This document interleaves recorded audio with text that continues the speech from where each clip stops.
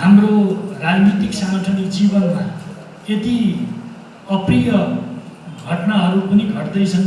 हिजो मात्रै हामीले देख्यौँ हाम्रो पार्टीको निर्णय विपरीत विपक्षी दलको नेताको समर्थनमा मतदान गर्ने यही नेकपा एमाले भित्र रहेका कतिपय व्यक्तिहरूले यो काम गर्नुभएको छ। यो पार्टीको राजनीतिक साङ्गठनिक जीवनमा यो अक्षम्य अपराधको कोटीमा पर्ने विषय हो। यसलाई हामीले गम्भीर रूपमा लिएका छौँ।